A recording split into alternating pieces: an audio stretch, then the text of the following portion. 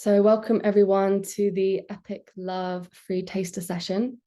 My name is Gaia and I am a workshop facilitator, couples coach, and there's quite a few different strings to my bow. I've worked over the last 7 years primarily with groups, using various modalities such as embodiment, meditation, ritual, authentic connection.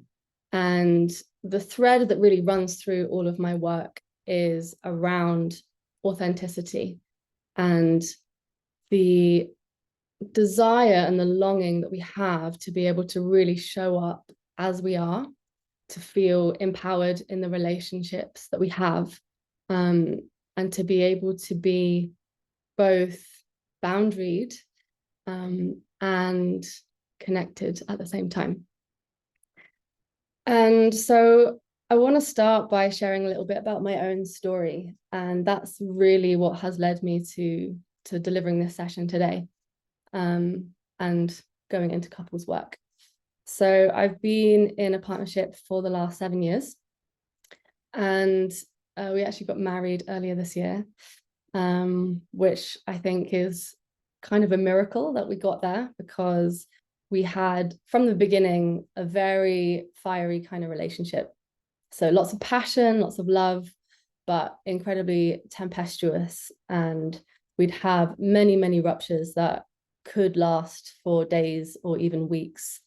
We would spend like hours or all night long processing, really going into drama, a lot of blame, and just essentially really unsustainable. About 3 years in, we decided to break up. We just felt like we weren't able to continue as we were.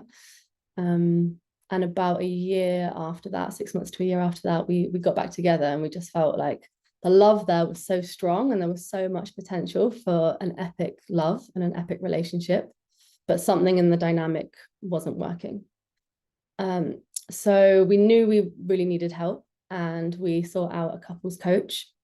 And what she really helped us to do was be able to see the relational dynamics and what we were both bringing to the situation. And she also gave us a shared language so that we really understood and were on the same page about what was happening.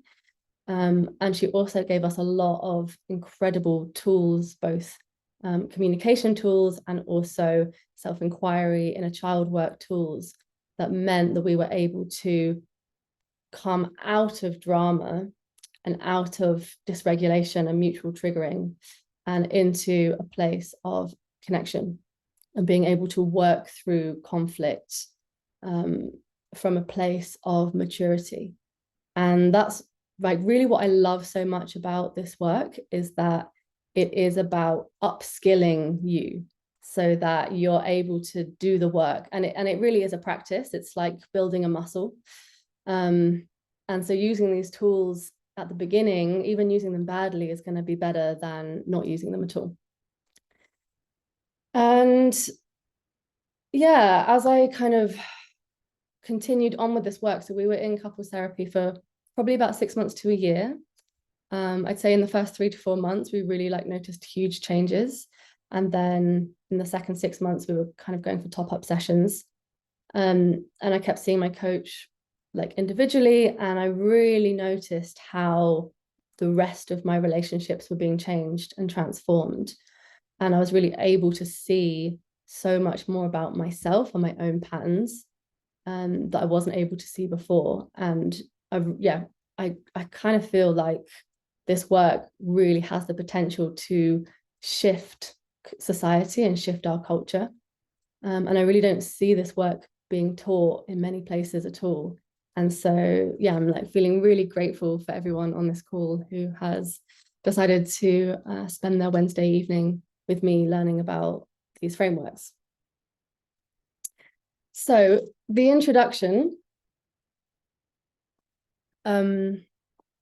to the frameworks that I'm going to be sharing today are from the Relational Life Institute, and a guy called Terry Real kind of put together various different modalities Some of it is inspired by Dan Siegel and the neurobiology of trauma. Some of it is inspired by the work of Pierre Melody, and his background is in family therapy. And essentially what these frameworks help you to do is to understand what is happening when you're getting triggered. Because most of the time we're in a state of regulation and we're, peaceful, we're calm, we're full of love for our partners, it's all going well. And it's when we get bumped, it's when something happens, our partner does something and it triggers something in us, whoosh, we're flooded with emotion, and then we react. And so what these frameworks help you to do is to understand actually what's happening when we're getting triggered and what can you do about it. And the frameworks that I'm going to be sharing are, we will go more into those in more depth in the 4-week course. So I'm running a 4-week course also called Epic Love, which starts at the 1st of November, where we'll be digging more into these frameworks, and there'll be more space for inquiry, both with yourself and with a partner if you have one, as well as different exercises and tools, so communication exercises, connection games, and we'll also do a lot of like visualization inner child work. So that's I can answer more questions about the course later if anyone is interested.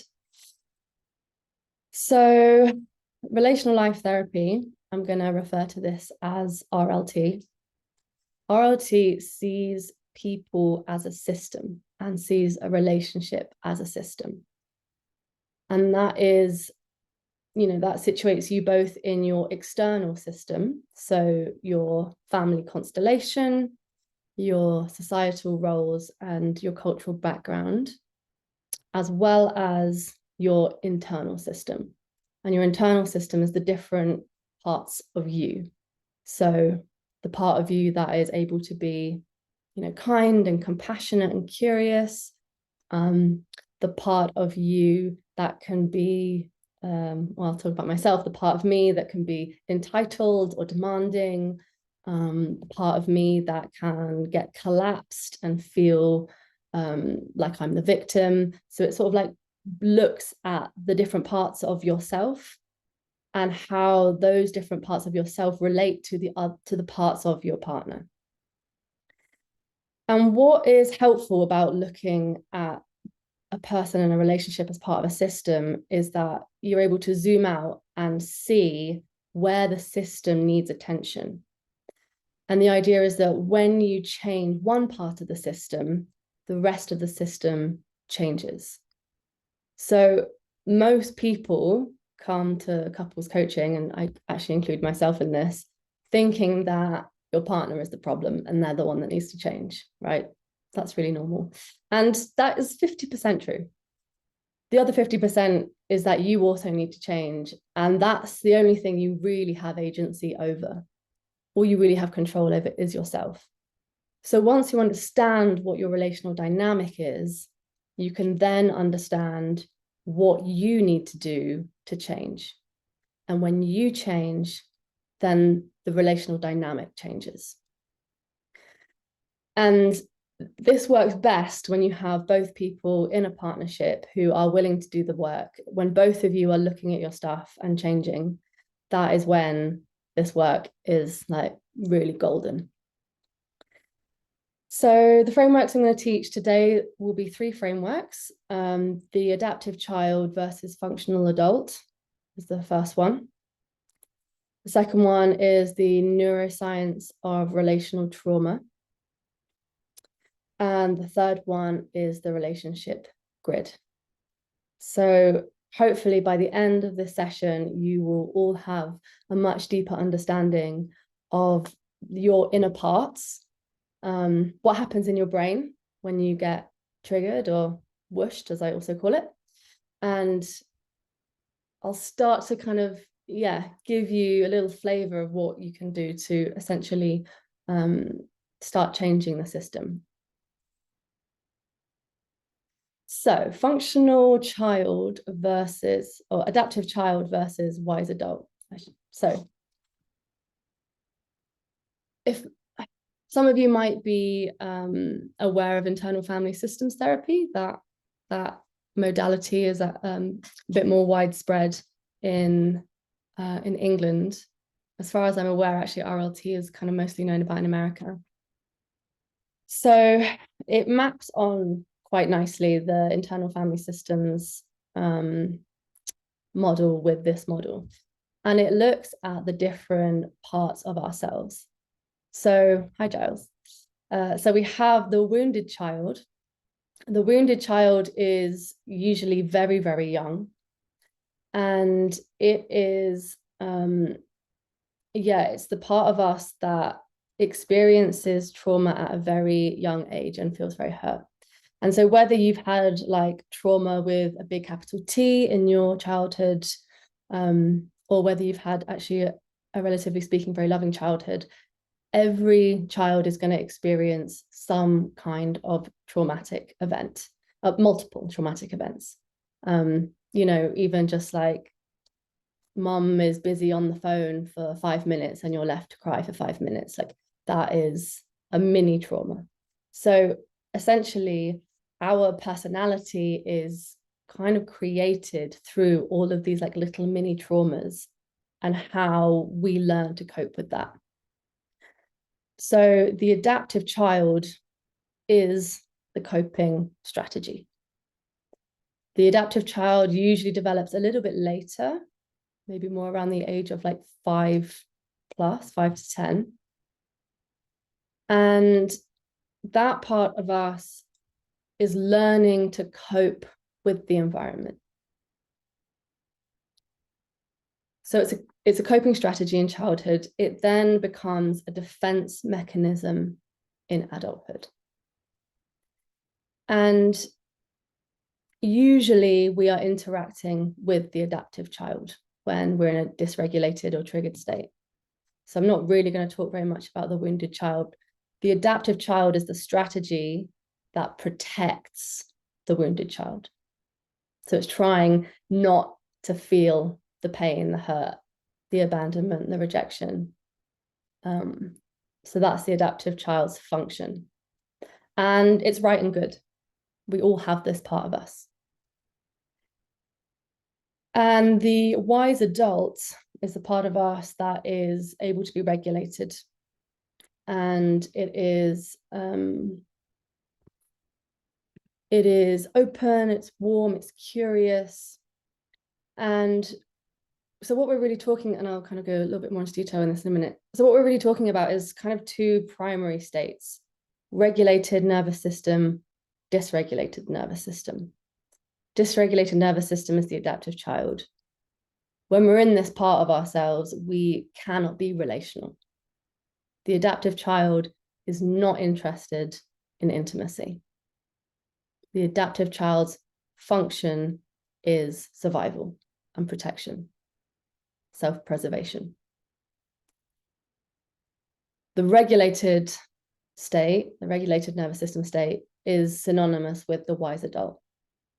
And that is the part of us that is able to be flexible, realistic. It can differentiate from others. So it can go, oh, something's happening over here. That's not about me. The adaptive child sees an external event and it makes it about them. So perhaps like an example of this would be, and I also want to actually define the term triggered. So triggered is when our response is disproportionate to the event. When our emotional and behavioral response is disproportionate to what's happening. So, for example, if I run over a child's toy, I might feel a bit bad about that, but you wouldn't expect me to, get down on my knees and hold the little bits of broken plastic, crying and, thinking I'm the worst person in the world. That would be a disproportionate reaction. If I run over the child, you would expect me to be full of, shock, terror, grief, confusion, all of these things. That's an appropriate response to the situation. So I could also underreact to that situation. If I respond the same way, if I run over a child and my response is if I run over a toy, which is a little bit of regret, but not much emotion there, that is also an adaptive strategy. So you can underreact or overreact. And when we're in those states, we're in some kind of fight, flight, freeze, or fawn response. So I'm going to get up a little handout so you can have a little look at this.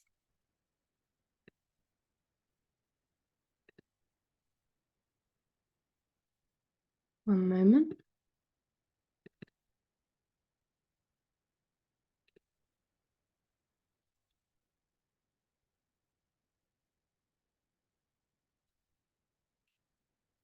Okay, you can see this?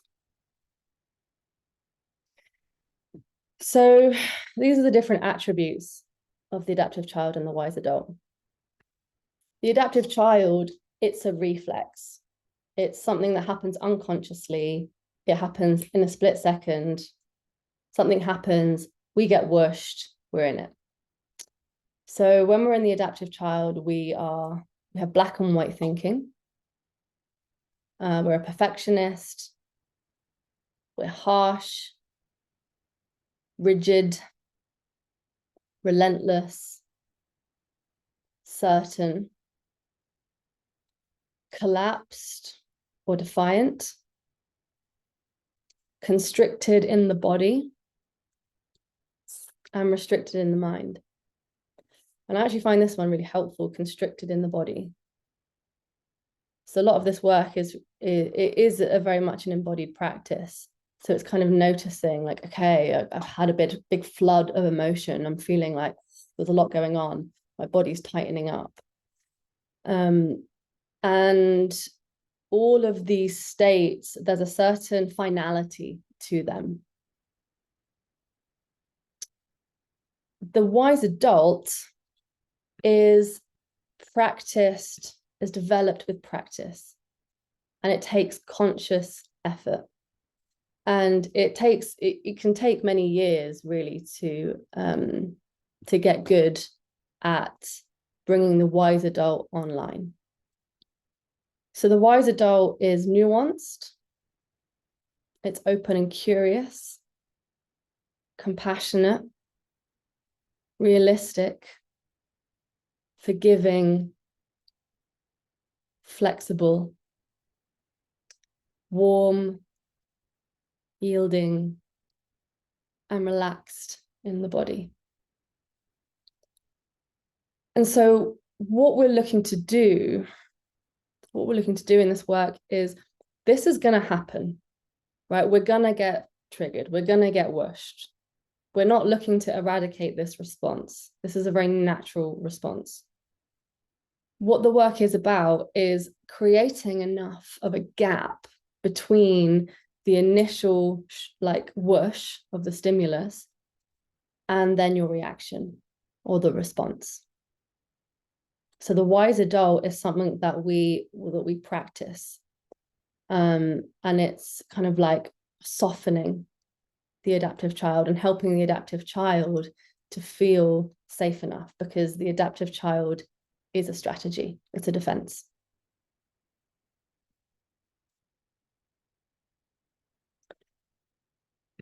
So how are we doing so far? Any questions? We getting it? Any comments? Anyone recognize themselves in these? Yeah, I'm seeing some nods. I have a question. Go for it.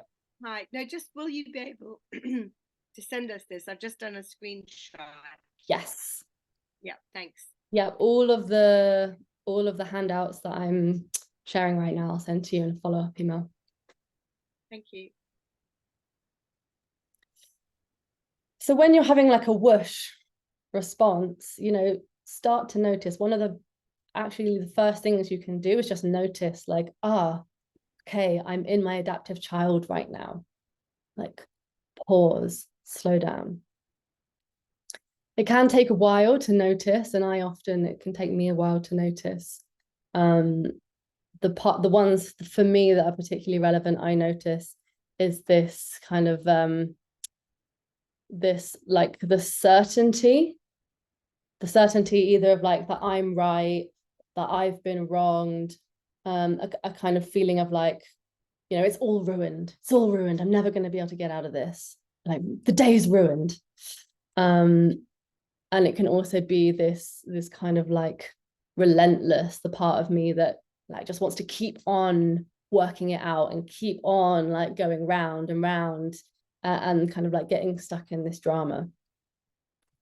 I can also get quite defiant. So collapse would be more like, oh, it's hopeless, it's no good, I'm shit, I'm worthless. Defiant is more like, well, you don't deserve me, I'm blah blah, I'm right, you're wrong. So those are some of the ways that my adaptive child has, some of the strategies my adaptive child has formed. Okay, I'm gonna stop this.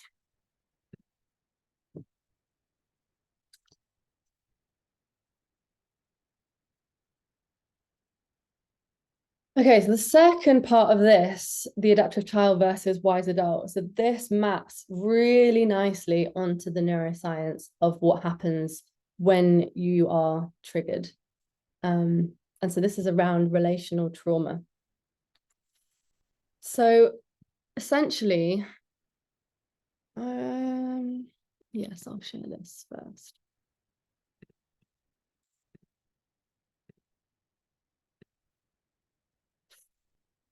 So essentially, we have like three parts of our brain, or three types of brain, and each one has been built on the one before, on the system before, but doesn't replace it. So the first part of the brain is the reptilian brain, and this is located in the brain stem. It is responsible for reflexive behaviors such as muscle control, balance, breathing, heartbeat, digestion, reproduction. All of the things that we don't want to be thinking about, because if we had to think about them all the time, then we would cease to exist pretty quickly. Then we have the mammalian brain. And this is the limbic system, and this is responsible for emotional regulation and memory. So this is the part of us that helps us to form attachments with our parents, for bonding. And within the limbic system, there are two very important parts which are related to relational trauma and what happens when we're getting triggered. And that is the amygdala.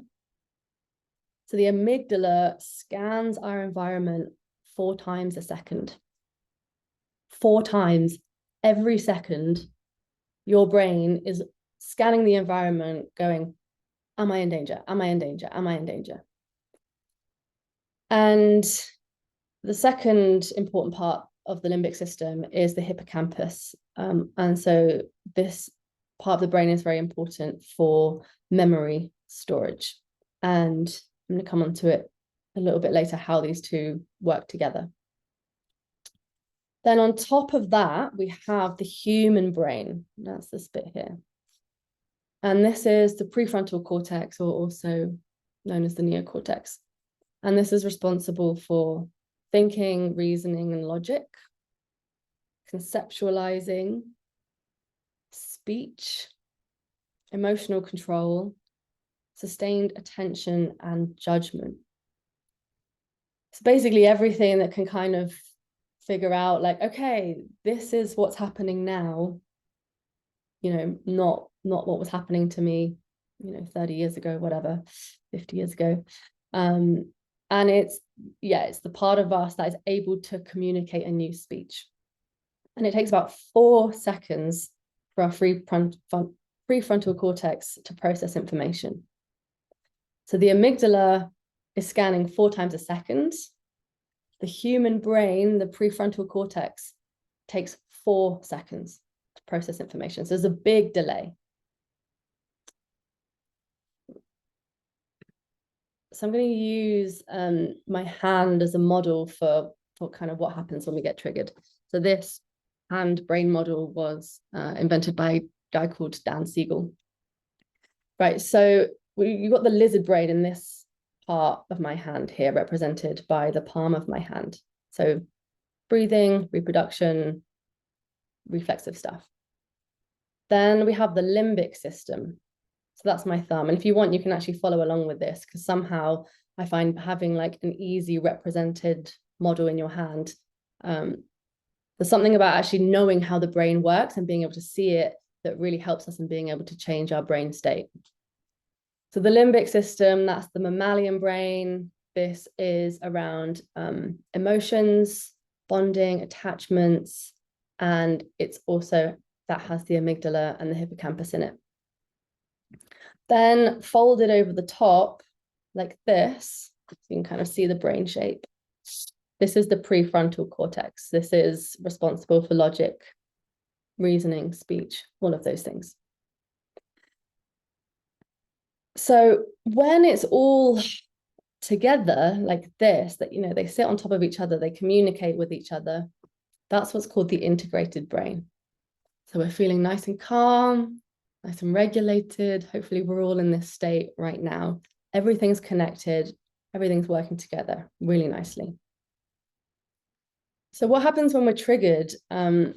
It is, and this is also synonymous with the wise adult.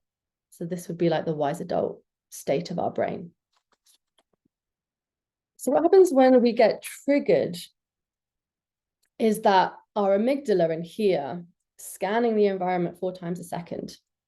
And it is sending information, is relaying information to the hippocampus, which is the part that stores memory. If the hippocampus decides that what's happening out here is similar enough to a traumatic event from the past, it's going to pull the alarm cord and signal to the brain stem to employ the fight, flight, freeze response. So that happens it's scanning 4 times a second. So that process happens before the prefrontal cortex can get a look in. And what happens is it's called, well, Dan Siegel calls it flipping your lid.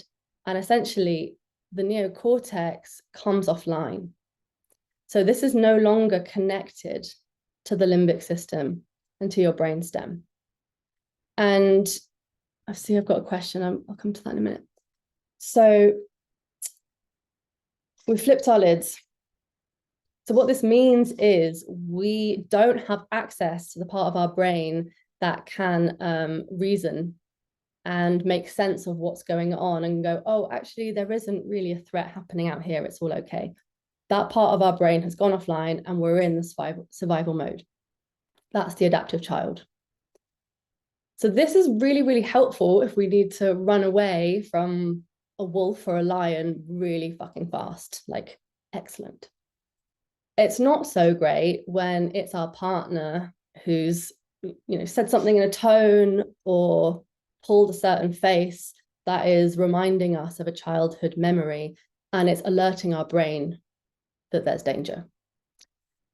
And the reason why we are so much more triggered by our partners than with anybody else is because the kind of attachment that we form with our partners is most similar to the kind of attachment that we have formed with our primary caregivers. And so essentially what we can do, and I'm going to give you 3 little tips, is we want to kind of bring this back online, because we can't really have a relational conversation from this place of flipping our lids. It's just not possible. Like, the parts of our brain that know there isn't danger, it's not available. So through relational mindfulness, we want to kind of like, we sort of want to like hush this part down. It's like soothing the brain, soothing the adaptive child, helping it know all is good, all is safe. So really, I guess one of my sort of like tips for you would be, don't try to have a rational conversation about something to do with your relationship when you're in this state, or when your partner's in this state. You're not really going to make much progress. It's going to be much, much, much better for you to take a time out. And during the course, that's one of the things we teach, is how to take a time out relationally and how to do that responsibly. So 3 of the main things that you can do when you flip your lid. First thing is actually recognize that that's happened. Notice, like, okay, shit, I'm not regulated right now. The second thing is to pause. And that might mean actually saying the word, like, pause, and you pausing the conversation. And that gives the brain a chance to kind of to catch up. If we're remembering how, the time delay between the amygdala scanning and the cortex getting a look in. And the third thing that you can do is to get in your seat. So we can actually all just do this together now. So feel your legs. Feel your bum. And take some breaths and really slow your breathing down.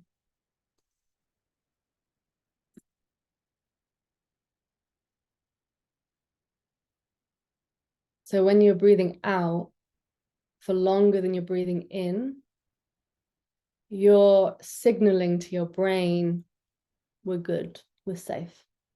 It's a regulation technique.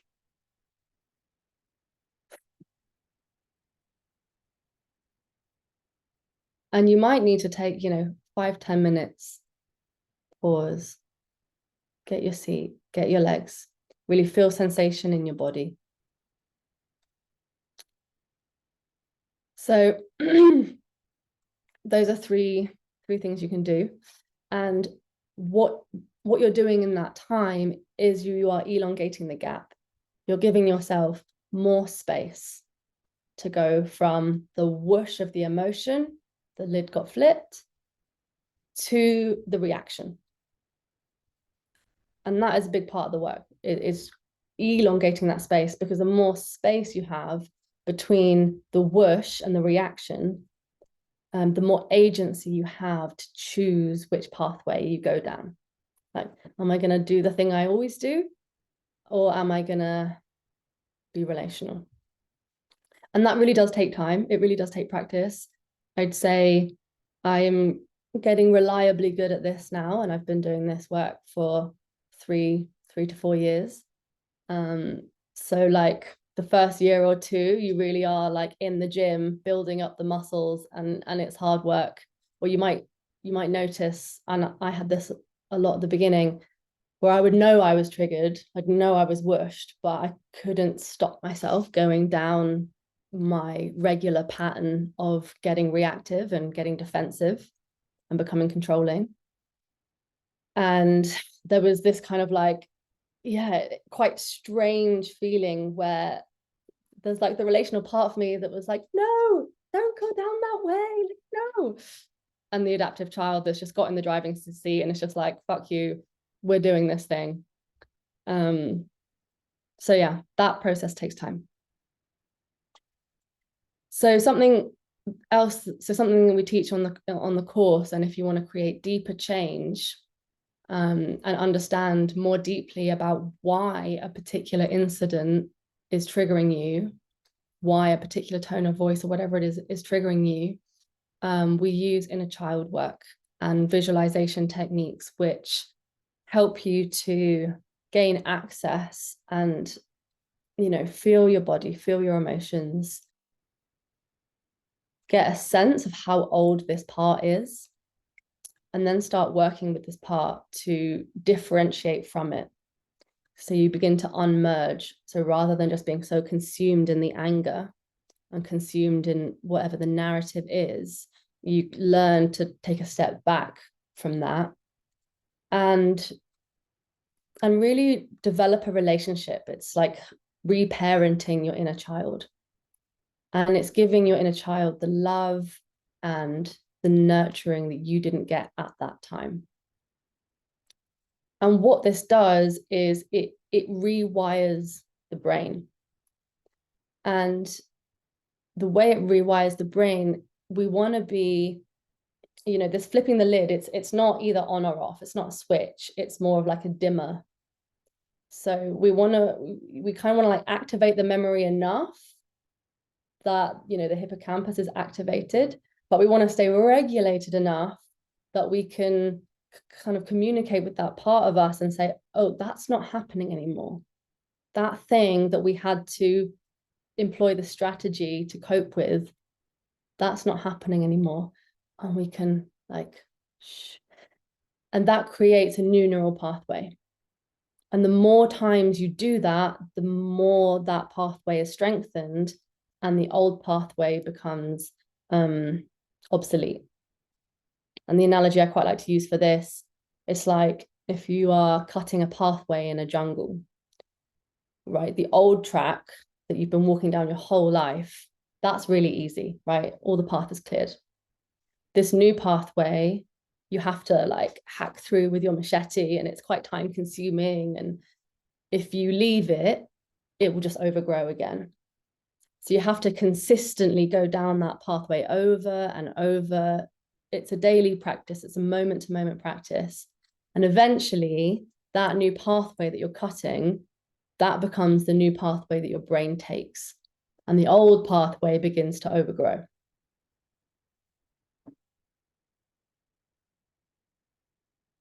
I'm just going to get to this end of this section, and then I'll take questions.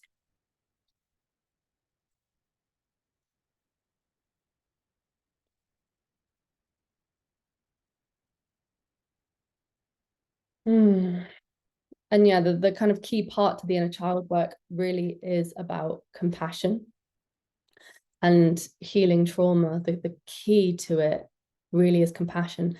And that comes through understanding why the inner child does what it does and validating, actually starting by validating, like, oh, honey, wow, I really see why you've developed this strategy. I really understand why you're doing this.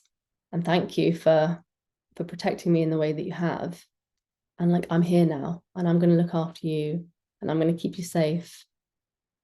So if you have, let's say, a core wound around rejection or abandonment, you want to like simultaneously you're differentiating from your partner. Because what's happening is something will be happening out here, and your mind goes, oh, I'm being rejected now. The adaptive child is having its freak out. And in that moment, you want to calm the adaptive child down and say, regardless of whether they are or aren't rejecting you, it's like, I'm not rejecting myself. I'm not abandoning myself. So you're giving that inner child the love and nourishment that they didn't get. Another thing that we teach on the course is communication techniques. And there's one specifically called active listening that I really love. And this communication technique really, really slows down all of the interactions. And it really helps both of you to remain relational, particularly when you're in conflict. Because we're not actually looking to eradicate conflict. Like, conflict is a natural part of life, and it's a natural part of relationships. And actually being conflict averse is a particular kind of adaptive strategy. So it's about how do we stay relational when we're in conflict? Okay, question. What happens if you're in the fight flight response all of the time, like in a permanent state of survival? Like, again, I think there will be this sort of, it's not either on or off, like maybe you're kind of like hovering here. And then I would probably suggest that you would either do some kind of somatic therapy or see a psychotherapist, do some trauma work, maybe EMDR, find techniques and things that can help you to work through that trauma and regulate your nervous system. That would be what I would suggest. Abby, do you use non-violent communication as a strategy ever? Yes. So these are some of the communication exercises and tools that I'll be teaching in the 4-week course. They use elements of non-violent communication. And one of the ones I particularly like is separating out the story from what's going on. So we have there's the emotional response, there's a sensation response. So let's say, okay, my example is going to be, this is an old one, my partner leaving the milk out of the fridge all the time used to drive me absolutely mad. But it's really, it's not actually about the milk, right? So my emotional response is anger and hurt. My sensation is hot, buzzing, agitated, kind of like tightness in my chest, tight in my throat. The story is, you don't care about me. You don't listen to me. You don't care about me. You don't love me. The actual event that's happened is that he didn't put milk in the fridge, or the milk was left on the side when he went to work. That's actually what happened. So you can kind of see how, by slowing down this process, we have time to kind of separate out these different elements: sensation, emotion, and story. And then from that place, we can better communicate. So I'm going to look at some of these questions coming in now. Does meditation or mindfulness practice help us to identify when we are triggered and stepping back from the usual response? Yes, absolutely. And, relational mindfulness is taking that pause, coming within. And I use my body a lot as an indication of whether I'm triggered or not. Remember the adaptive child being brittle and constricted in the body. What if the other person isn't willing to do the same work? That's tough. Yeah, I'm not going to lie, that is tough. You can do the work for yourself, and really, I think this work is so valuable in learning more about yourself and coming into a greater state of maturity and integrity with yourself. You might notice if you start doing this work, if you remember from the beginning, it's a system. The relationship is a system. So if you start doing something different, your partner might start doing something different. And they might go, you're really different. Wow, I'm interested. What have you been doing? And that could be something that leads them into doing the work. But it is tough. It's definitely way more effective when you're both doing it. And having the shared language, I found super helpful. Sophie, why do we tell ourselves these stories about menial tasks? Again, it's because something is happening that is reminding us of something that happened in our childhood. So the milk analogy and me feeling like, you don't listen to me, you don't love me, you don't respect me.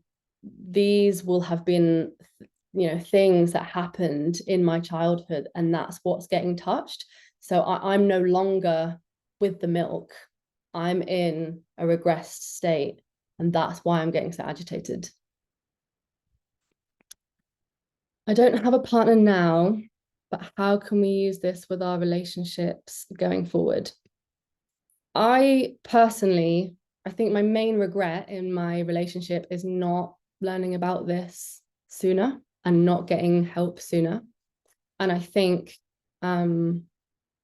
if you get into a new relationship with someone, actually bringing this work to them at the beginning, and whether that's this video probably, I'll send this. So whether it's sending them this video, whether it is looking up Terry Real and his work, I really recommend Fierce Intimacy if you're on Audible.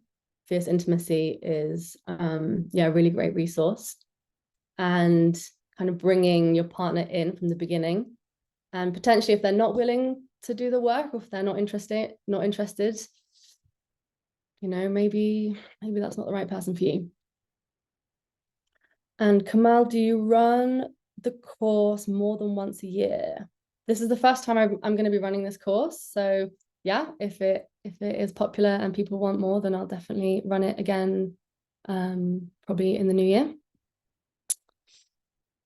Abby, I see how much I'm in the adaptive child, always wanting to be right and going round and round in circles with a conversation. So it's helpful. Great. Okay, well, we're going to move on, and you're going to get more information about kind of the ways in which the different types of coping strategies that our adaptive children have. Thank you everyone for your questions. I'm really enjoying the questions. So yeah, feel free to keep them coming in, and I will I'm going to run with the next section, and then I'll take more questions after that.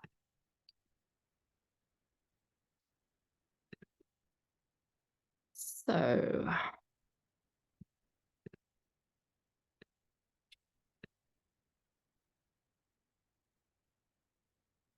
okay, so this is the relationship grid. So the relationship grid really is, this is where we go. When we're whooshed, this is where we go. And so this particular grid that I'm showing you now is adapted from Terry Real's grid, and this is based off of the work of Pia Melody. So the relationship grid works off two axes. So we have the horizontal axis here, and this is the axis of attachment. So if we go left, we have walled off, avoidant. We're essentially moving away from our partner as a protective strategy. Over to the right, we have boundaryless. So this is love dependent, and we are moving towards the other person as a coping strategy that is often undermining either our own or the other person's boundaries. Then we have this vertical axis, and this is the axis of self-esteem. So when we go one up, that is grandiosity. That's the idea of I'm better than you. That's one up. It's a coping strategy. And the thing about being one up is that it actually doesn't feel bad to be there. So a lot of people who end up not having therapy don't go because they don't know that they're in a dysregulated state, because it doesn't feel bad. Going one up actually feels quite good. Then we also have one down, shame. So this is the idea that I am worse than, you're better than me. And when you're in shame, like, that feels bad. People in the one down, people in the shame, like, you don't want to be there. You really, it feels icky, it feels rubbish. You want to come up from that place. So quite a lot of people who are taking their partners to therapy, it's fairly often the person who's in the one down, who's bringing their partner, who is often in the one up. So you can have partnerships where it's 2 1 up, 2 1 down, but quite often you see, one goes one way, one goes the other way. So in the center of all of this, we have the circle of health. So this is, if we think of it in terms of the vertical axis, it's the same as, I'm not better than you, I'm not worse than you, I'm able to stay in my center. And if we're looking at the boundaries one, it's I'm connected and I'm protected at the same time. I'm not moving away to protect myself, and I'm not overextending myself or kind of like barging in on your boundaries as a way to get my needs met or protect myself. And relational mindfulness, so the practice of coming out of the adaptive child and into the wise adult, is an ongoing cycle of coming out and of the circle of health and coming back in, coming out, coming back in. Right, we're not looking to eradicate going into any of these 4 states. We're looking for the ability to recognize that that's happened and regulate and come back in to the wise adult. Okay, so I'm going to go around each of the quadrants and I want you to notice which ones are like ding, ding, ding, ding, ding, little alarm bells for you. So 1-up and boundaryless, the overall energy is violence. So that can be controlling or angry, trying to control the other person. That might be being pushy, demanding. And this is a big one, the unbridled self-expression. And it's the sense that I'm entitled to my anger, and therefore I'm going to say whatever I want, and you just need to sit there and take it. Right? So it's like anger, fine, you are entitled to your anger. You're not entitled to call names, be mean, be cruel. No, that is all in the 1-up boundaryless area. And it's also like physical abuse as well would be up in this 1-up quadrant. So 1 down and boundaryless, the energy here is desperate. So the strategies will be manipulative, people-pleasing, needy, and manipulative in the sense that it's like, I'm going to change and shift and contort myself to be what I think you want so that you love me. Because it's in the 1 down. It's that I'm not good enough. I need to change myself. And if that person leaves, that's like, that's chaos, that's hectic for the 1 down. The 1-up is trying to control the other person. It's trying to get you to be different. You need to come over here and you need to love me the way I deserve to be loved. So I'm trying to control you because I'm in the 1-up and I think I'm right. It's just the difference between those 2. So yeah, the statement for the 1 down would be, please don't leave. I'll do anything if you love me. Walled off and 1 down, the overarching energy here is depression. So this is resignation. Everything's hopeless, withdrawn. It's the, it's the why bother? Why bother? Like, it's all ruined. It's all my fault. I'm not enough. I don't know why you're with me. I'm not worthy of your love. That's the walled off 1 down. And it moves away from the partner as a form of self-protection.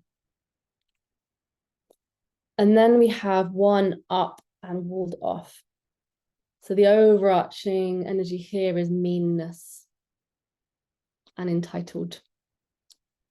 So it can be passive aggressive. It's less overt. So 1-up and boundaryless it's pretty overt. It's pretty obvious. The passive aggressive, that might be more like negging, the little sideways comments that come out. The anger's more kind of suppressed and pushed, and it's more covert. Withdraws as punishment. So that's like the ice queen, that's the silent treatment. And also indifference. It's like, oh, well, I don't care. Like, whatever. That indifference is the strategy of the 1-up walled off. And the statement that kind of encapsulates this quadrant is, I'm too good for you. You're not worthy of my love.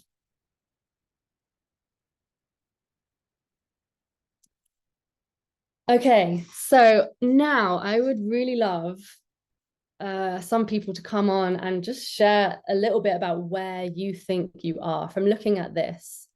Um, so I'll give you just a little moment to think about it, and I can tell you where I go. So I do a bit of a dance. My number one go-to is usually this one up and boundaryless. Um, so yeah, I can get very angry, um, can be quite demanding. Can like let it all, just let all of it spew out. Definitely the like, you just need to sit here and take everything I have to say because you've hurt me, and that. When that doesn't work, which it doesn't, then I switch and I go over here in the one up, walled off. Then I kind of like wall the other person out, and become, yeah, cold. And it's like a withdrawal as a form of punishment. So on a really bad day, that's me on a really bad day. Most of the time I'm able to kind of notice like, oh, okay, I've gone up here. Right. Take my time out. Sometimes I go and like smash some pillows or go for a run, scream, or sometimes I might just, sit and really feel the heat of the anger and like let the sensation wash past me. Like these are some of the things I do to bring myself back down into this circle of health. So I know that you're all lovely, mostly regulated, kind, open, curious people. But on a bad day, where do you go? Where do you go on a bad day? I can put my hand up to go if that's Great. cool. Yes, welcome, Kendra. Yeah, hi, I was a bit late, sorry. Also I'm from New Zealand, so hopefully you can understand my accent. Yep.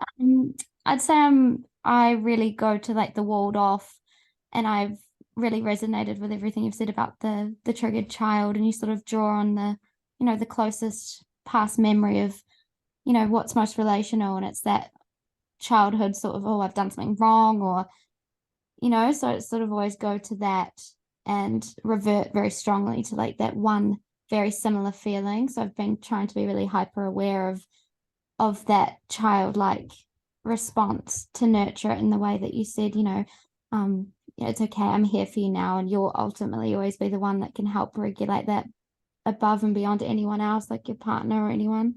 Mm. Yeah. Thank you. So you say you're down here in the one down ward off. That, oh, Yeah. I've done something wrong. Always my fault. Yeah. Yeah. Thank you for sharing. Nice. Anyone else? I can Yeah. share. Um, yeah, it's interesting because I go between staying in the walled off, but I go between the one up or the one down, depending on the relationship. Mm. I think if it's a newer relationship, then I tend to go in the one up. Like they don't respect me, they don't understand, and so I've just got to, remove myself from this situation. It's just not worth any further investment. Whereas if it's a longer relationship where I've invested a lot, then I go the one down and feel failure and self-blame. Thank you, Carolyn. Yeah. Sounds like you've got great self-awareness of your pattern. I'm happy to share something, but my video, I don't know how to get my video working. So Welcome, Abby. Thank you. This is so helpful.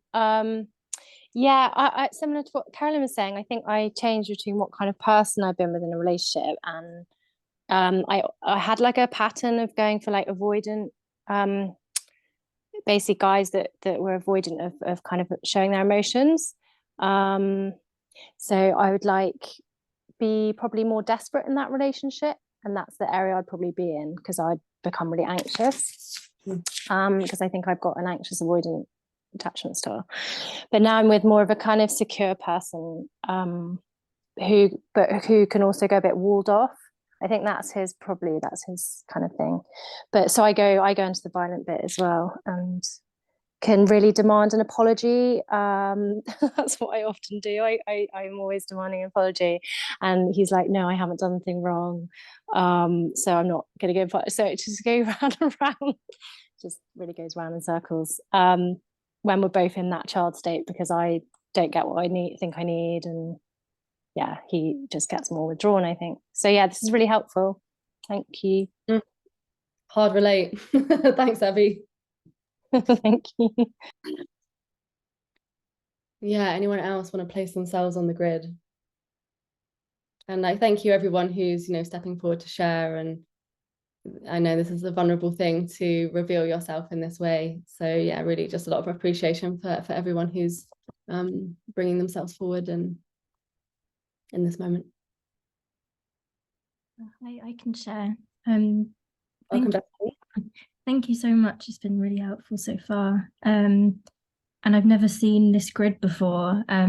It's a relief that people tend to go between two parts of the grid. I definitely go between the desperate side and the depressed side. And seeing them both, it makes everything become quite clear. My natural tendency is to kind of people please and undermine my own needs, so that if the other person is okay, then I feel like I'll be okay. But when things get quite bad, I've noticed that I can default to kind of, I'm not worthy of that person, and I put them on a pedestal and can get quite low. So yeah, it's been really helpful to see that in a diagram. Thank you. Thank you, Bethany. Let's take one more.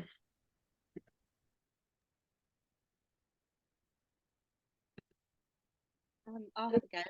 Yeah, welcome. Hi. It's so interesting, this grid, because I found that I thought about one particular long-term relationship where I moved from one state to another, and one didn't come up, but started off in sort of more the desperate, started more off in the sort of violent, and then there was a bit of the desperate, but it definitely ended in the one up walled off. So kind of started at one down boundaryless, moved into the one up boundaryless, and then ended in the one up walled off. Before I ended the relationship. It's just so interesting to see it laid out like that. Yeah, and I think what is especially helpful about this grid is that you can, when you know where you go, and then when you understand where your partner goes, then you actually start to see what the dance is. Because usually the more one goes one, let's say, if we're looking, let's say one of us goes here, one of us goes here, the more one up and boundaryless I become, the more one up and walled off the other person becomes. And that's the dance. And that's what we're looking at, actually. That's what we work with.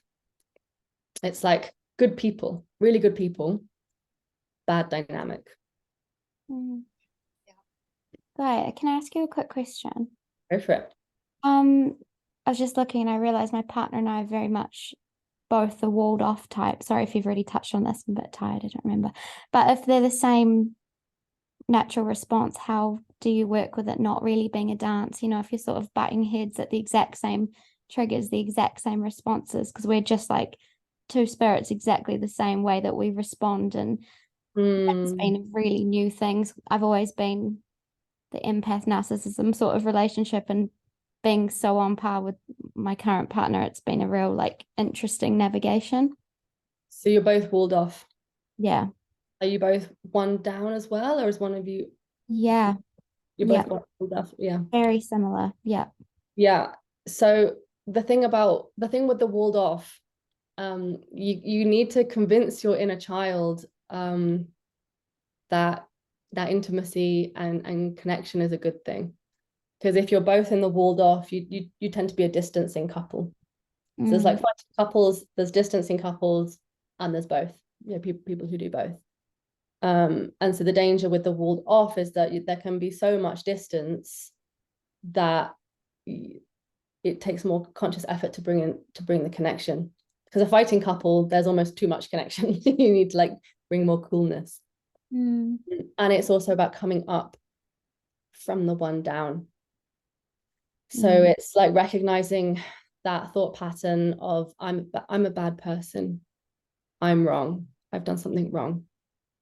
And yeah, like nurturing that inner child, both to feel a sense of worth and self-esteem that isn't connected to their partner, and also supporting them to come back into intimacy. And usually the walled off will be because of one of two reasons. It's usually either an intrusive parent or parents that were like they were too boundaryless, and that's what's led, like it's formed as a reaction. It like there was too much intrusion, so the inner child has drawn in. Or it could be that the relation, like the family context was quite walled off, like no one really spoke about their emotions, or that just wasn't a thing, so that there was a culture of being walled off and distanced, and so it feels weird, it feels alien to be close. Sure. Yeah, thank you. Yeah, that's really interesting. Thanks for your question. I'm going to just have a little quick look at the questions in the chat here because we are running out of time.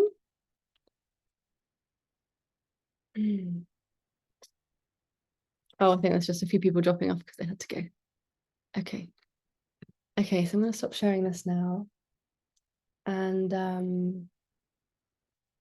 I will take a few more questions. And I also just wanted to, let's see if I got it here.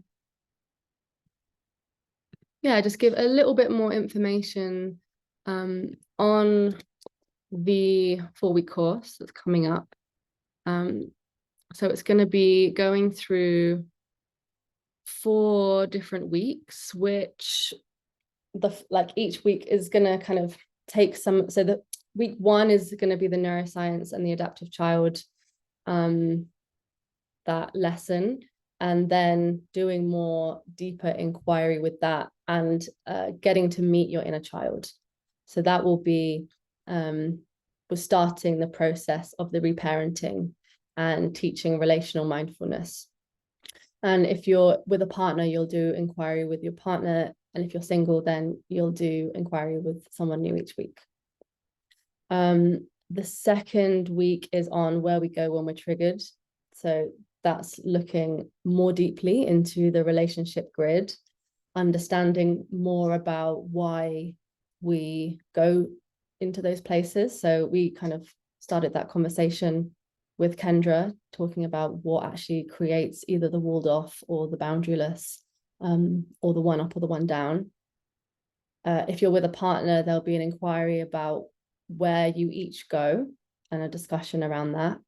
And another inner child meditation, which is helping, there's like having more understanding for your inner child, and the validation, the nurturing, really building that muscle of and that relationship. And also teaching a communication technique that helps you to slow the relationship down. And that's an exercise tool that, to be honest, I use it all the time, both with myself and with couples. I really love this one so much. Then the week after that, I just have to get my notes up. Sorry about that. Oh yeah, the week after that is the 5 losing strategies. So these are like the 5 things that we all do that never work, why they don't work, why we do them, and what we can do differently. And again, so if you're with a partner, you'll be inquiring into kind of which ones you use, which ones your partner uses. And I'll be teaching like a deeper framework of this communication where we're looking at coming out of complaint and into request. And a lot of that work it's about separating out the story and separating out the narrative.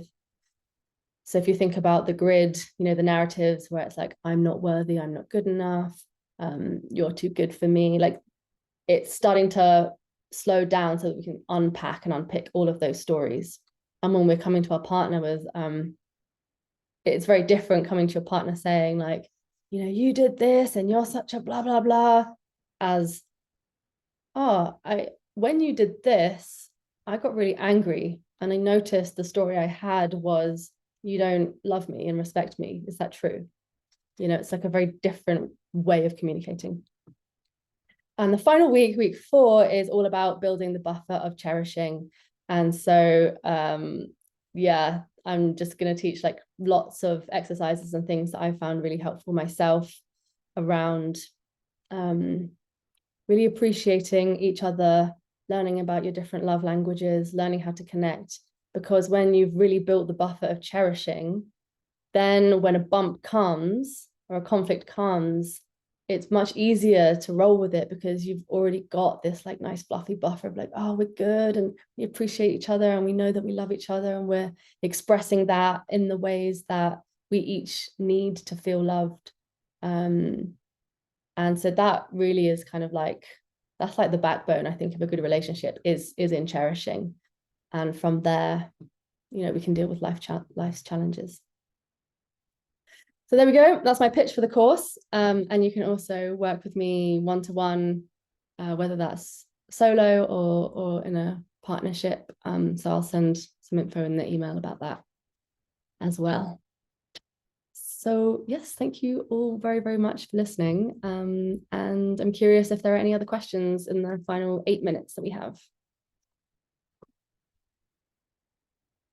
I don't have a question, but I just wanted to say you've really, said a lot of amazing stuff that I've resonated with in such a short space of time. It's amazing just what you can validate, have validated that you sort of know is within you, but to hear it in such a clear way from yourself was just super validating and helpful. So yeah, thank you for sharing with us.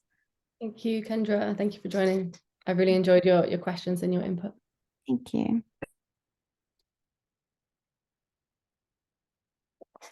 Oh yes, how much is the cost of the course? Great question. So it starts on the 1st of November, 4 weeks from then. The low income place is 120, I think. I think the middle is 150, something like that. And yeah, if money is a barrier to attending, then like please get in touch. I'm really happy to work something out. Generally, I just think more people need to know about this because it really will just take so much drama out of life if we all knew this stuff. What if one isn't available for all 4 weeks? Is it still possible to participate? Yes.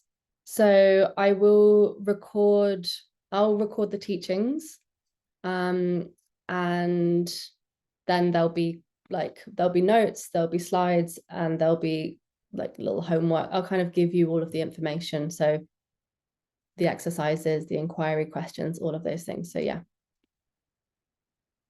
What time is it? 7 until 9:30.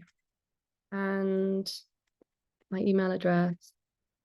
Do you know what? I'm gonna post the course in the chat now and the link to my website so you can have a little browse.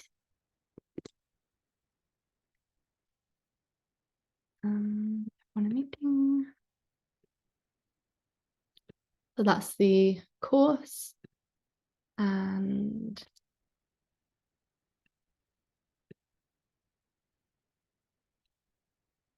this is the link for my coaching, which has pricing, and I also do a sliding scale for the coaching. Couples generally 75 minutes, singles usually an hour.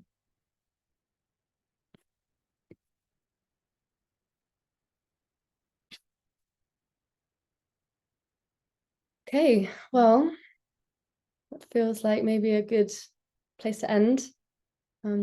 Yeah, thank you all so much for joining. It's been really, really wonderful to be able to share all of this with you, and I hope that all of this information can integrate in your dream time and sink in. And yeah, I'll send you the recording, so if you want to go over bits again, then you'll be able to do that.